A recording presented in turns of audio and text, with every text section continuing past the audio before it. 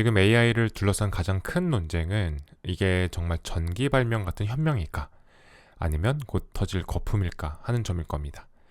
이 두 가지 시선을 대표하는 인물이 바로 빌 게이츠와 앤드류 응인데요. 먼저 빌 게이츠의 생각부터 한번 살펴보겠습니다. 빌 게이츠는 AI를 컴퓨터 마우스가 처음 나왔을 때 그때만큼이나 심오한 발전이라고 평가해요. 과거엔 우리가 컴퓨터한테 어떻게 일할지 하나하나 다 명령해야 됐잖아요. 그런데 이제는 우리의 의도만 전달하면 AI가 알아서 처리한다는 거죠. 모든 사람이 개인 비서나 과외 선생님을 한 명씩 두게 되는 세상이 온다는 겁니다. 하지만 빌 게이츠는 동시에 거품에 대해서도 아주 강하게 경고하고 있어요. 그는 AI가 소프트웨어랑은 근본적으로 다르다고 봅니다. AI는 눈에 보이지 않는 프로그램이 아니라 막대한 전기와 물 그리고 엄청나게 비싼 반도체 칩을 소모하는 어떻게 보면 거대한 공장 같은 거거든요. 물리적인 한계가 아주 뚜렷하다는 거죠. 그래서 현재 AI 시장의 돈의 흐름을 순환적 경제라고 표현합니다. 벤처 캐피털이 유망해 보이는 AI 스타트업에 투자를 하면 그 스타트업은 그 돈으로 결국 엔비디아 같은 회사에 비싼 칩을 사야만 해요. 이 순환적 경제라는 건 결국 투자금이 스타트업의 기술 개발에 쓰이기보다 엔비디아 칩 사는데 거의 다 쓰이고 그 돈이 다시 소수에게 돌아가는 구조라는 비판을 받는 거죠. 돈이 돌고 돌아서 결국 칩 제조사 같은 소수의 승자에게 흘러들어가는 구조라는 겁니다. 그래서 닷컴 버블 때 수많은 인터넷 기업이 사라졌던 것처럼 지금의 수많은 AI 기업들도 곧 사라질 수 있다는 강력한 경고를 보내는 겁니다. AI는 새로운 전기다라고 했던 앤드류 응 박사는 이 거품 논란을 완전히 다르게 봅니다. 그는 거품 논란이 있는 곳은 거대 보내를 만드는 인프라 부분, 즉 발전소를 짓는 데만 국한된다고 봐요. 진짜 가치가 만들어질 응용 분야, 그러니까 애플리케이션 계층 쪽은 오히려 심각할 정도로 투자가 부족하다는 거죠. 즉 발전소는 잔뜩 지어놨는데 정작 그 전기로 무엇을 할지에 대한 고민은 부족한 상황이라는 겁니다. 발전소만 있고 전구가 아직 발명되지 않은 상태와 같다고 비유하죠.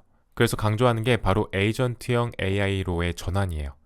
이건 단순히 질문에 답하는 챗봇을 넘어서는 개념입니다. 흔히 연예인들 곁에 있는 매니저처럼 알아서 일 처리를 해주는 그런 존재를 생각하시면 쉬워요. 목표만 딱 던져주면 스스로 계획을 세우고 인터넷 검색 같은 도구도 알아서 사용하고요.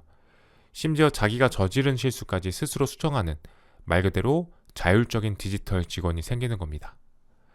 이렇게 두 거장의 의견을 종합해보면 한 명은 거품의 위험을, 다른 한 명은 새로운 기회를 보고 있는데요. 그럼 지금 우리는 어디쯤에 서 있다고 봐야 될까요?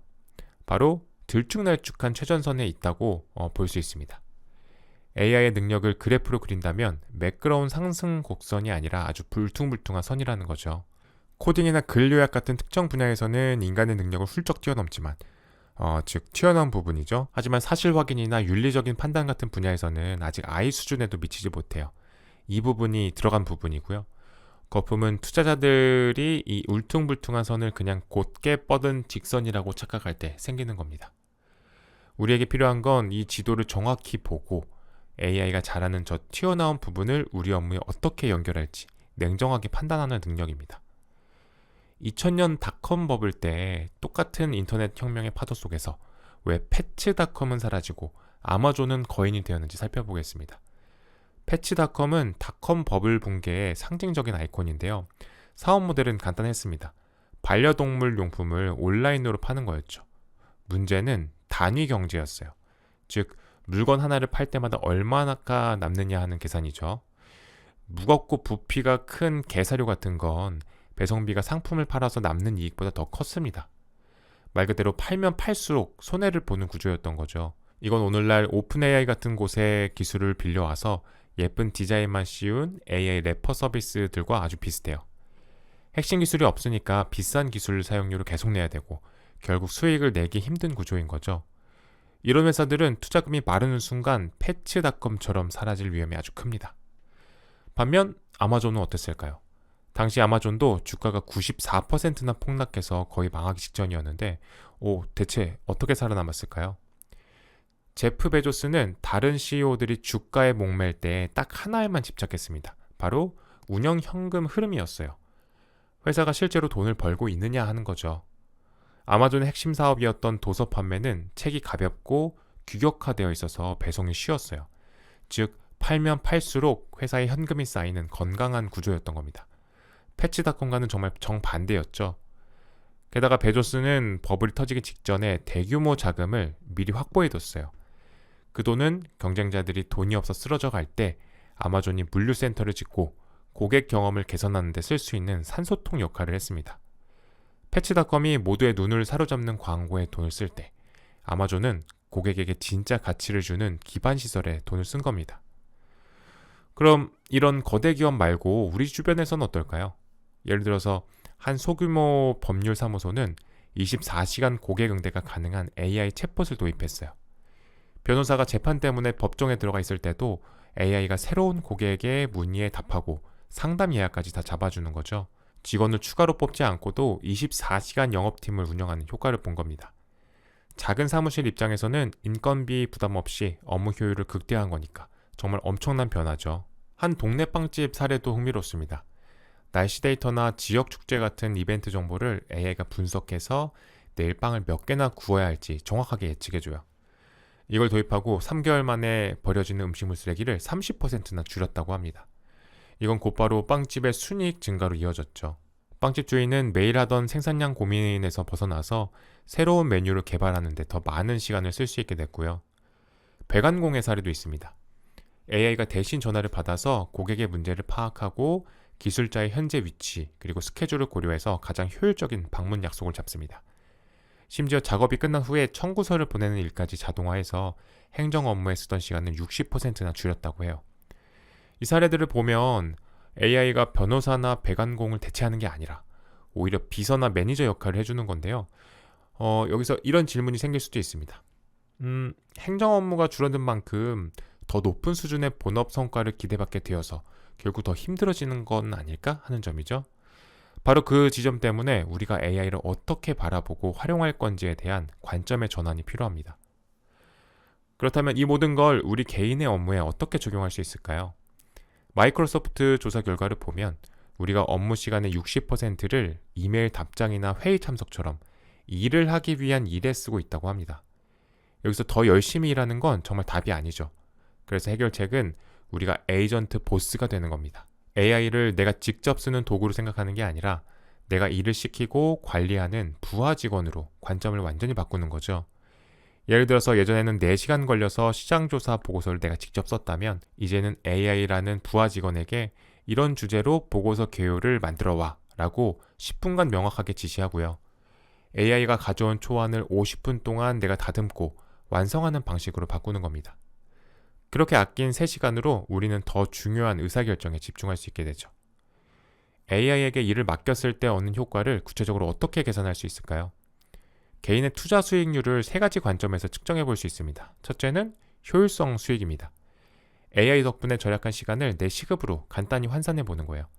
매일 1시간을 아꼈다면 그만큼의 금전적 이익이 발생한 거죠. 둘째는 능력 확장 수익입니다. 이건 원래는 내 능력 밖의 일이어서 못했거나 돈을 주고 외주를 맡겨야 했던 일을 AI의 도움으로 직접 해냈을 때 발생하는 가치입니다. 예를 들어서 코딩을 전혀 모르는 마케터가 AI의 도움으로 간단한 데이터 분석 프로그램을 직접 만들어서 외주 맡겼다면 들었을 500만 원을 아꼈다. 그러면 그게 바로 능력 확장 수익이 되는 거죠. 마지막 3번째는 품질 향상 수익입니다. 이건 숫자로 측정하기는 좀 어렵지만 굉장히 중요해요. 내가 만든 기획서를 AI에게 비판적인 동료 역할을 맡겨서 허점을 찾아내고 보완하는 거예요. 그렇게 해서 더 완성도 높은 결과물로 좋은 평가를 받았다면 그게 바로 품질 향상으로 얻은 수익인 셈이죠. 이런 변화가 특히 프리랜서 시장에서는 아주 극명하게 나타나고 있는데요. 시장이 빠르게 양극화되고 있습니다. 단순 번역이나 글쓰기처럼 AI가 쉽게 대체할 수 있는 결과물을 팔던 프리랜서들은 수입이 줄고 있어요. 반면에 자신의 전문 분야의 AI를 결합해서 생산성을 10배, 20배 높인 사람들은 오히려 훨씬 더 많은 돈을 벌고 있습니다. 예를 들어 그냥 글 써주는 사람이 아니라 AI를 활용해 고객사의 웹사이트 트래픽을 올려주는 컨텐츠 전략가가 되는 거죠. 교훈은 명확합니다. 단순 결과물, 즉 텍스트 자체를 팔지 말고 AI를 활용해 만들어낸 성과, 즉 트래픽 증가 같은 것들을 팔아야 됩니다. 2025년 우리는 AI에 대한 초기 열광이 조금씩 식고 생각보다 별거 아니네 라는 말이 나오는 이른바 환멸의 골짜기에 들어서고 있는 것 같은데요. 빌 게이츠의 경고처럼 시장의 거품은 꺼질 수 있고 수많은 AI 기업들이 사라지겠죠. 하지만 앤드류 응의 말처럼 전기는 이미 우리 일터 곳곳에 흐르기 시작했습니다. 이 방향을 되돌릴 수는 없어요. 지금 중요한 것은 주식시장의 소음이나 화려한 신기술 소식에 흔들리지 않는 실용적인 적응력입니다.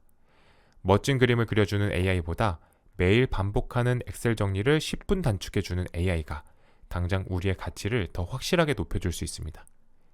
이제 우리의 진짜 경쟁자는 AI 그 자체가 아니라 AI를 나보다 더 잘 다루는 내 옆자리 동료입니다. 역사적으로 기술 거품이 꺼지고 난 자리에는 항상 단단한 기반을 닦은 자들이 살아남았습니다. 패치닷컴은 귀여운 인형만 남기고 사라졌지만 아마존은 그 폐허 위에서 세상을 지배하는 기업이 되었죠. 결국 우리에게 던져진 질문은 거품이 터질 것인가 아닌가를 맞추는 게 아닙니다. 그 모든 혼란이 끝났을 때 우리는 무엇을 손에 쥐고 있을 것인가? 바로 이 질문이죠. 화려한 광고만 남긴 패치닷컴이 될 것인가? 아니면 매일 실질적인 가치를 쌓아 올린 우리만의 아마존을 구축할 것인가? 그 선택은 지금 바로 우리 책상 위에서 시작되고 있습니다.